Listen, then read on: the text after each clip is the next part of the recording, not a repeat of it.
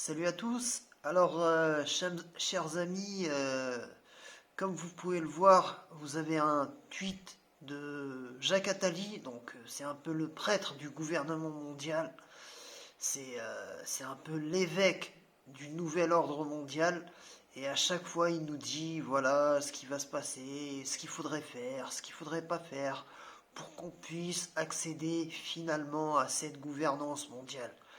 Et là, il a fait un petit tweet, là, récemment, où il nous dit, tout se met en place pour une guerre en Ukraine, aux conséquences incalculables.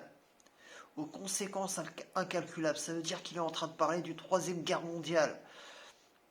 Très clairement, vous avez deux énormes blocs qui vont faire face.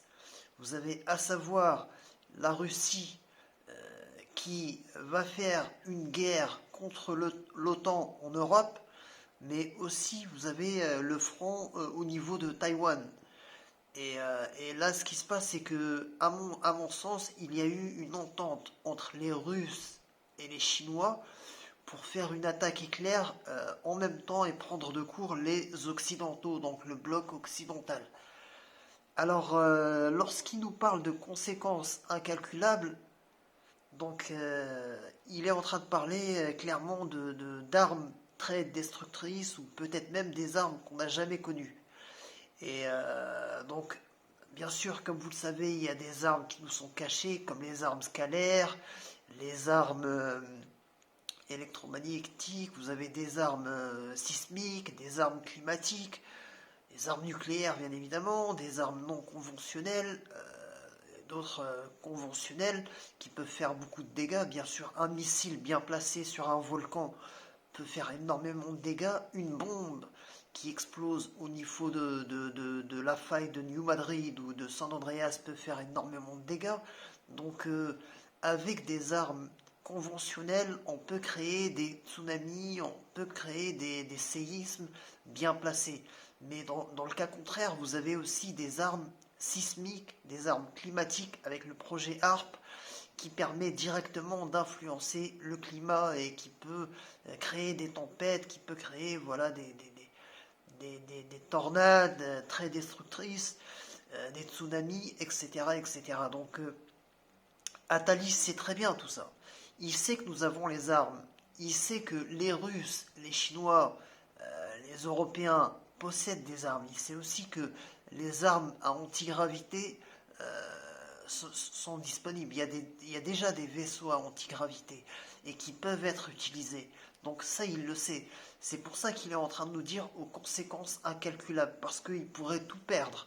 C'est-à-dire que même s'ils font cette guerre, ils ne sont pas sûrs de mettre en place le nouvel ordre mondial, parce qu'après, vous pouvez avoir euh, une, une, une résurgence du nationalisme, du régionalisme ou même du tribalisme. Ça dépend du niveau de destruction qu'il y a eu. Donc, et ça, il le sait très bien. Il le sait très bien. Et bien sûr, il nous avait parlé il y a de ça assez longtemps, où il nous disait le gouvernement mondial après ou à la place de la guerre. Donc, justement, ils ne voulaient pas faire une guerre. Donc, ils ont créé cette pandémie. Ça n'a pas si bien marché que ça, donc c'est en train de prendre l'eau, clairement. Hein. La pandémie est en train de se casser la gueule, donc ça marche pas. Et donc du coup, la mise en place de ce nouvel ordre mondial, de cette gouvernance mondiale qui devait d'abord se faire via l'OMS, et puis après il y avait d'autres institutions qui devaient suivre, comme la Banque mondiale qui devait créer une monnaie unique, et puis après le Vatican qui devait s'unir avec d'autres religions pour créer une sorte de spiritualité, de religion mondiale, unique, etc. Petit à petit, c'était ça le plan. C'était petit à petit, on va commencer à faire notre gouvernement mondial par la santé, par l'économie, par la politique, par le militaire. Tout devait vraiment se centraliser. Et il nous parlait bien sûr de Jérusalem. Voilà, donc c'était ça. C'était sa place préférée pour le siège du nouvel ordre mondial. Et donc ça n'a pas marché. Ça n'a pas marché, la pandémie n'a pas marché, donc maintenant ils sont obligés d'embrayer sur une guerre. Donc moi je pensais qu'ils allaient nous sortir l'arnaque climatique, mais apparemment ils sont pris de court et le calendrier n'est pas ne leur est pas favorable. Donc d'après ce que je comprends. Donc là ils sont clairement en train de faire des préparatifs assez massifs. Donc les Russes ont amassé des troupes assez énormes au niveau de la frontière ukrainienne, au niveau de la frontière avec les pays baltes, au niveau de la Finlande, même pas très loin de la Turquie. Vraiment, ils sont très bien positionnés avec des missiles. Bien sûr, ils ont des missiles nucléaires, des missiles stratégiques, tactiques, etc. Donc beaucoup de blindés. Donc, et puis d'un autre côté, vous avez la Maison Blanche, comme vous pouvez le voir, qui est en train de discuter pour envoyer 50 000 troupes en Europe de l'Est. Et bien sûr, vous avez je tiens à vous rappeler qu'il y a des armes nucléaires qui sont stationnées en Turquie et qui appartiennent à l'Europe. Donc voilà, vous avez aussi des armes nucléaires américaines qui sont en Europe pour contrer les Russes. Donc ça va être assez compliqué. Vous avez d'autres petits pays comme la Croatie qui a récemment dit qu'ils allaient se désolidariser de l'OTAN s'ils rentraient en guerre contre les Russes. Donc ça commence vraiment à chauffer. Il y a des officiels, des présidents, etc., qui sont en train de parler et qui disent que voilà, certains petits pays, ils n'ont pas trop envie de se faire manger par les Russes, quoi. Voilà, ils ont connu l'Union soviétique et maintenant ils n'ont pas très envie de faire partie du bloc occidental. Et surtout, on a vu que au niveau de l'OTAN, vous avez la France, vous avez l'Allemagne, vous avez la Hollande, vous avez plusieurs pays, même l'Angleterre, qui ont envoyé soit des frégates, soit des navires, soit des avions de guerre, voilà, des avions de chasse, etc., pour un petit peu contenir les Russes. Mais clairement, à ce niveau-là, vous savez très bien que tout ça c'est planifié. Je veux dire, Poutine, Obama, Trump, tout ça, ils font tous partie de cette énorme pièce de théâtre pour créer ce gouvernement mondial. Tout ce qui change, c'est les sociétés secrètes, comme je vous en ai parlé.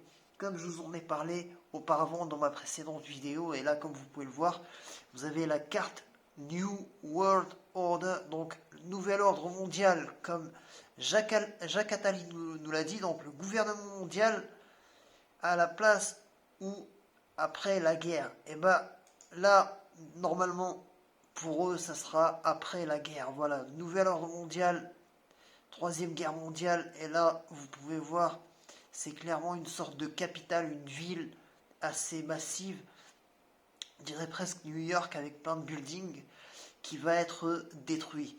Et donc, je vous en ai parlé, c'est bien sûr les sociétés derrière qui changent. Vous avez des sociétés secrètes un petit peu qui vont contrôler tout ça. Et Jacques Attali le sait, voilà. Donc, lui, il fait partie d'une frange qui veut mettre en place ce nouvel ordre mondial, mais comme j'ai expliqué, il y a les Illuminati, vous avez des Templiers, vous avez la société secrète du Léviathan, de Cthulhu, voilà, que certains appellent ça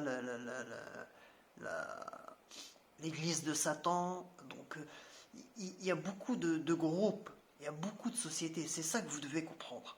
Vraiment, j'insiste sur ça parce que sinon vous n'avez rien compris à ce nouvel ordre mondial. C'est pas un bloc, c'est pas les juifs, c'est pas les Illuminati, c'est pas les Templiers, c'est pas la franc-maçonnerie. La franc-maçonnerie, vous avez plusieurs groupes, vous avez plusieurs factions. Et, euh, et le nouvel ordre mondial des Big Tech, c'est pas le nouvel ordre mondial des Templiers qui sont en Suisse. Voilà, c'est pas la même chose. les big tech, après, ils veulent embrayer sur le transhumanisme, etc. Et derrière, il y a la crypto-monnaie, etc.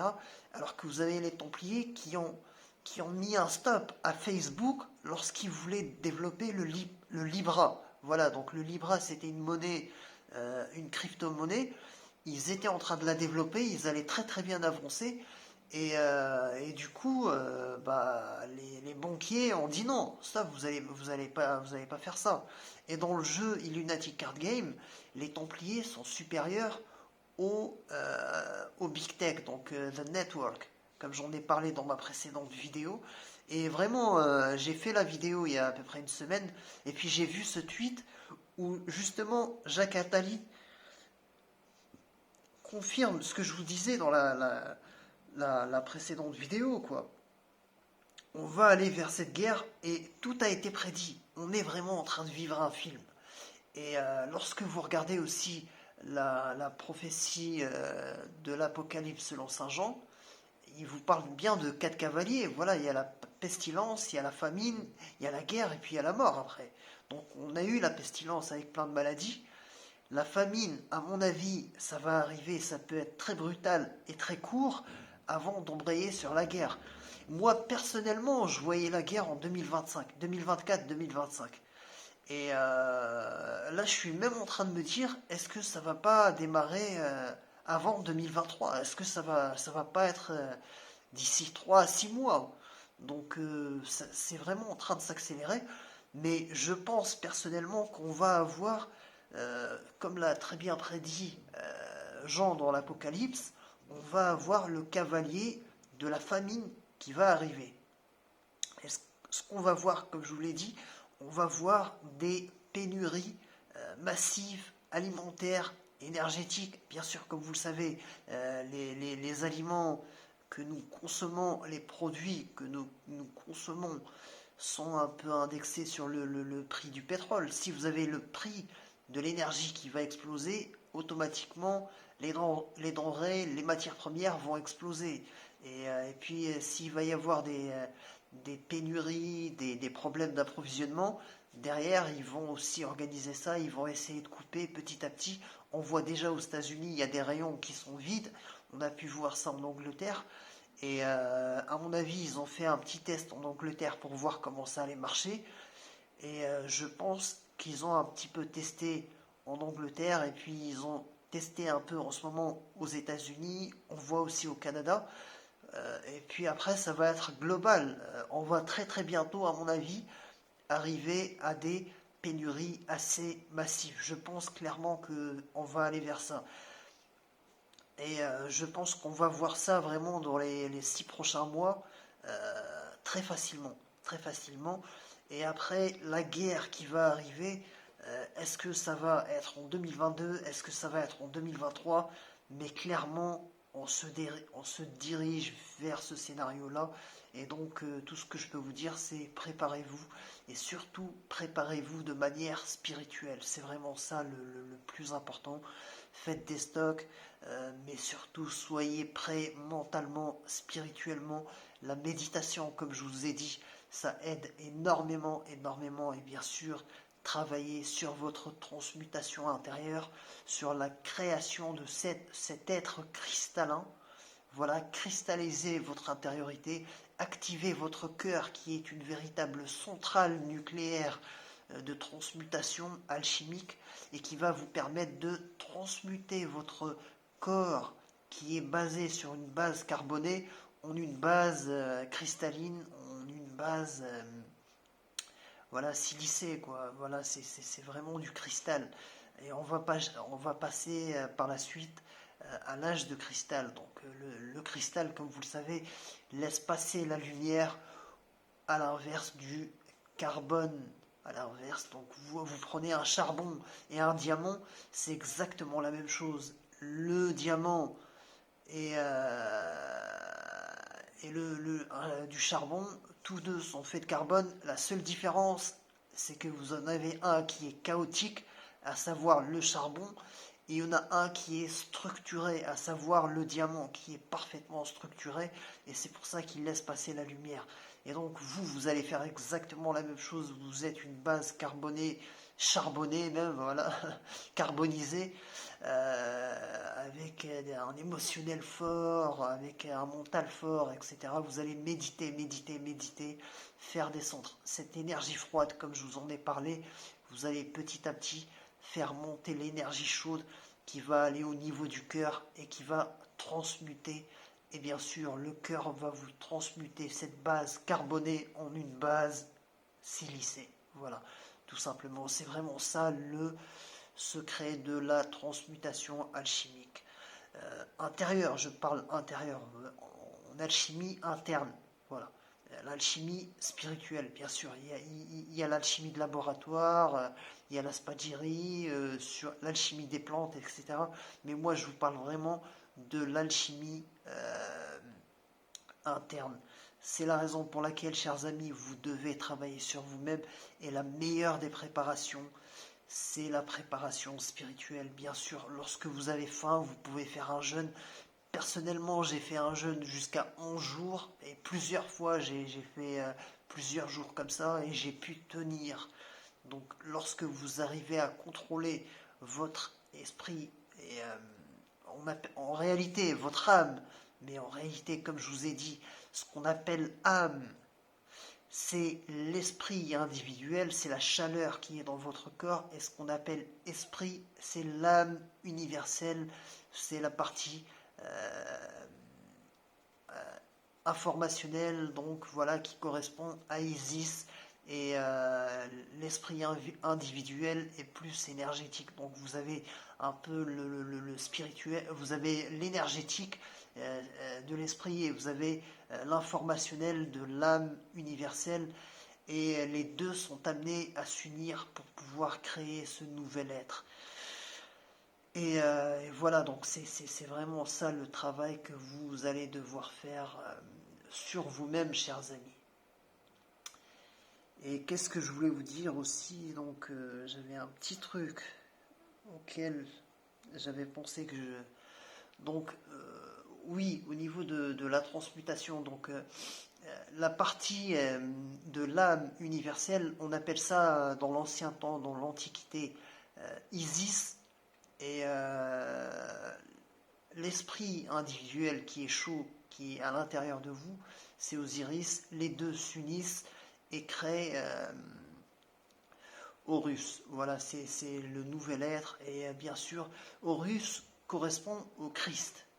Le Christ, c'est vraiment un être cristallin. Je tiens à vous dire ça. C'est n'importe qui d'entre vous qui faites le travail de manière acharnée, réussissez à créer ce Christ intérieur. Et donc c'est vraiment tout l'enjeu de la spiritualité. Donc c'est bien, je veux dire, le conspirationnisme est très bien pour comprendre le complot mondial, pour comprendre les structures du pouvoir, c'est excellent. C'est excellent de savoir que vous avez les francs-maçons, les rosicruciens, la Golden Dawn, le Bilderberg, la Trilatérale, le Club de Rome, le siècle, etc., etc. Vous avez les Templiers, les Illuminati, vous avez les groupes UFO, vous avez Big Tech, vous avez un nouveau groupe même qui est en train de se créer, à savoir le groupe transhumaniste et cyber-transhumaniste, donc avec le métaverse. Donc c'est un nouveau groupe qui est en train d'émerger à partir des Big Tech, comme je vous en ai parlé. Donc les Illuminati de Bavière avaient émergé des Templiers, et c'est comme ça que vous avez des groupes qui se créent par la suite. Et pareil pour la Société des Assassins qui a émergé des Templiers, comme je vous en ai parlé. Et donc là, on est vraiment en train de voir aussi un autre groupe qui est en train d'émerger, à savoir le transhumanisme. Donc voilà, une sorte de nouveau groupe très, très dématérialisé, que dans le digital, très dématérialisé, et qui veut nous piéger dans un univers justement créer de toutes pièces un univers artificiel. Et bien sûr, si nous avons la possibilité de monter en vibration et de monter en dimension, nous avons aussi la possibilité de chuter dans les dimensions. Et là, on va être clairement dans une dimension végétative avec un casque connecté un peu à la matrice. Vraiment, la matrice, c'est quoi? C'est, comme je vous ai dit, vous devez bien comprendre ce que c'est que la dimensionnalité. Le point, c'est la première dimension. Le planisphère, c'est en 2D. La 3D, c'est la profondeur. Et donc, la matrice, lorsque vous regardez Néo qui est dans la matrice, plongé dans son corps, il est fixe en un point. Donc, il est dans la première dimension. Donc, maintenant, si nous sommes en 3D, et si on rentre dans ce métaverse et ce monde transhumaniste vers lequel les nouveaux big tech veulent nous emmener, et ben on va aller vers la première dimension, on va chuter vers la première dimension.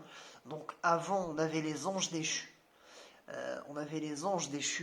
auparavant, et désormais on a quoi?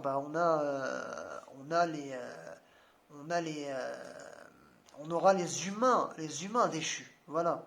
Donc, on parlait d'anges déchus auparavant, comme je vous en ai parlé. Donc, il y avait une excellente vidéo que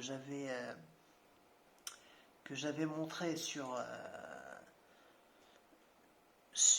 l'ancien temps. Donc, comme vous pouvez le voir, ça c'est une construction de l'ancien temps, c'est-à-dire avant le déluge. Et bien sûr, ça n'a pas été construit par des humains, tout ça. Et dites-vous bien que tout comme l'Arc de Triomphe, tout comme le Capitole n'a pas été construit par des humains, et d'ailleurs on regarde bien la proportion, c'est des géants de 3 à 4 mètres, donc, et là vous avez les anges, vous avez les anges déchus. Et, et en réalité, les anges déchus, c'est qui? C'est nous, c'est nous. Regardez, c'est un humain sans ailes. Auparavant, si, dites-vous bien que ces statues-là que vous aviez de l'ancien monde, ça représente des êtres qui existaient réellement et qui avaient des ailes. Et les anges déchus, eh bien c'est tout simplement nous, c'est les humains qui ont perdu leurs ailes.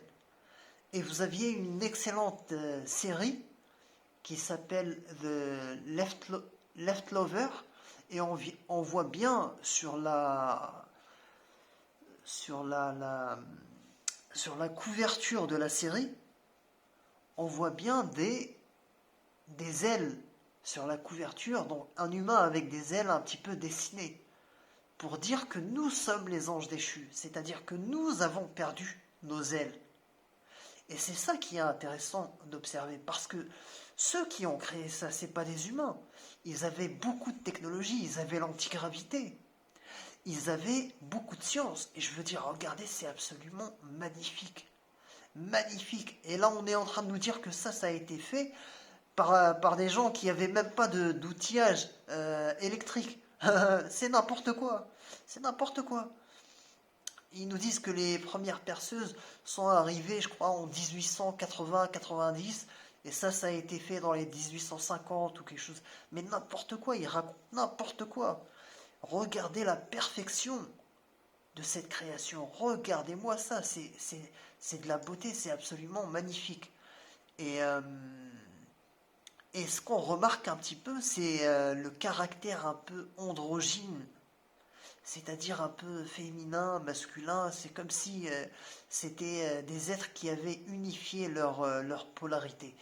Mais en tous les cas, tout ça pour vous dire que ne croyez absolument pas l'histoire qui nous est racontée. C'est du pipeau, c'est n'importe quoi. Donc là, vous êtes en train de voir la magnificence, le génie, la beauté de l'ancien monde. Et c'est absolument fantastique. Fantastique, regardez-moi ça, comment c'est fait. Et d'ailleurs, à Petra, en Jordanie, vous avez un petit peu, au niveau de la montagne, on voit des palais qui étaient en train d'être façonnés. Donc je ne sais pas avec quelle technique ils faisaient ça, mais clairement ils avaient de la très très haute technologie. de la technologie de précision.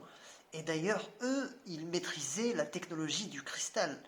Donc voilà, on parle de l'Atlantide, etc., qui a disparu et qui avait une très très forte avancée technologique. Et là, je vous laisse admirer un peu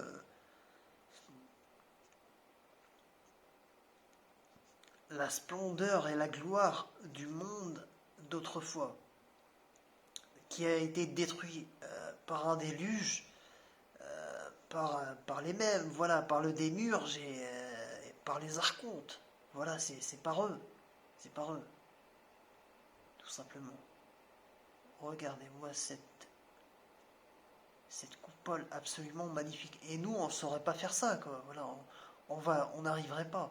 Je veux dire, regardez à quel point c'est massif, c'est magnifique. C'est exceptionnel. C'est exceptionnel.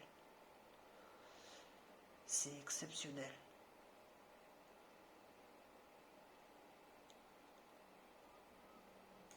Voilà. Regardez la taille entre un humain et une statue. Dites-vous bien que voilà, si c'était des hommes de petite taille, ils vont pas se faire chier à faire des statues énormes avec des ailes, ils vont faire des statues d'eux-mêmes. Et en réalité, même aujourd'hui, on ne fait pas énormément de statues de nous-mêmes, et surtout, elles sont pas de si bonne qualité que ça.